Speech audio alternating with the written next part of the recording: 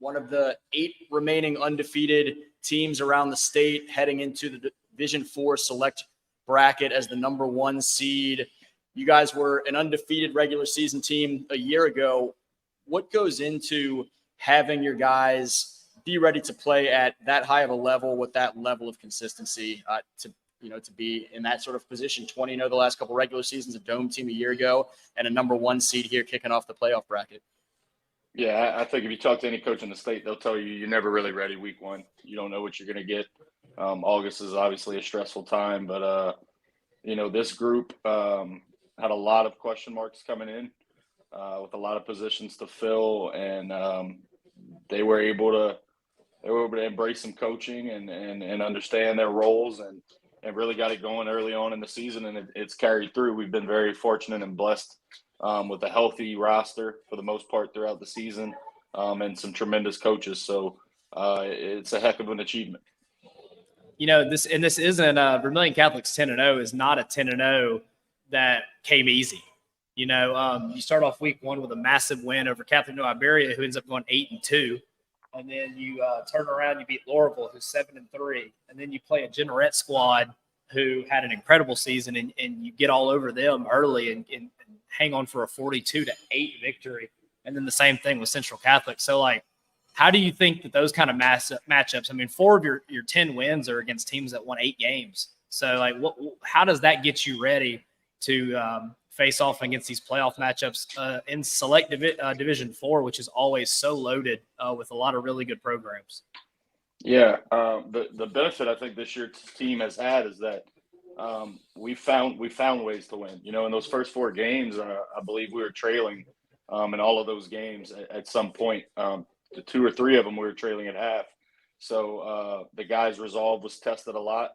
And then down the stretch, as you mentioned, going up against a Generette, Central Catholic, and a Hanson this final week, really tested our mettle again, and really, really proud with how the kids responded to that. But obviously, the playoffs are going to be tough. Everybody's going to highlight the OCSs and the Southern Labs, but Central Catholic can beat anybody they play. Ascension Catholic, Opelousas Catholic, Riverside, St. Martin's. There's some really quality teams out there. That's going to make it an extraordinary feat to try and get back to New Orleans. You mentioned some of the other teams around the bracket, and I think a lot of the perception is that the top tier, I guess, of title contenders would be you guys, OCS and Southern Lab, those other 2 schools that you mentioned, who both end up on the opposite side of the bracket. How much did you watch, if at all, the way that the power rankings or bracket kind of shook out, and having them both on the opposite side, do you view that as significant to the way some of the pairings fall, or at the end of the day, with some of those other teams you mentioned, not so much as big of a deal to you guys as it may have seemed to me or some others? Yeah, you control what you can control. Our goal was to be 10-0. We're 10-0. That's what we could do on our side of things. And then, it's math that takes care of the rest.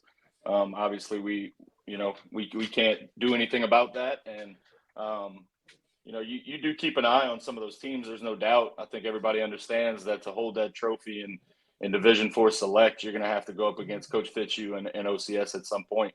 And that's no easy feat, but it's not to say that we're focusing on anything on that other side of the bracket, because we definitely have our hands full on our side right now. So, Coach, I know right now you're getting ready to play the bye week. You're getting ready to kind of focus on yourselves and kind of maybe get back to some of those August type practices where it's a little bit more good on good, and you're not really looking at scout, and a chance to maybe get a little healthier than you were coming out of Friday night.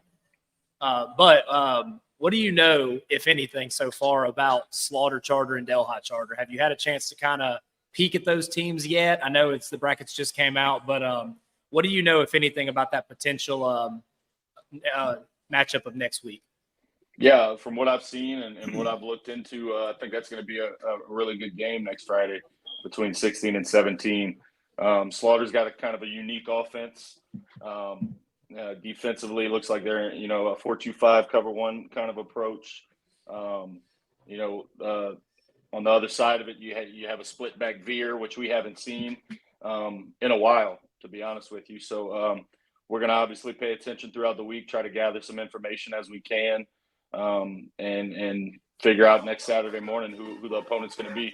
But we're absolutely looking forward to a bye week. I think it's a chance for our kids to breathe a little bit, appreciate what they've been through over the past, 3-4 months, and kind of reevaluate where we need to get better and do a little self-scouting.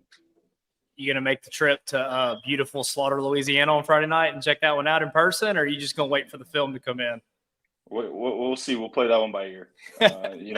Obviously I have to make sure there's nothing else going on, but no, if I can, I'd love to be in attendance. Me and a couple of the coaches may make that trip. Coach, appreciate you. Enjoy the bye week, make the most of the bye week, and good luck with that first playoff game in 12 days from now. I appreciate you guys. Really cool thing y'all are doing here today. Appreciate you, Coach.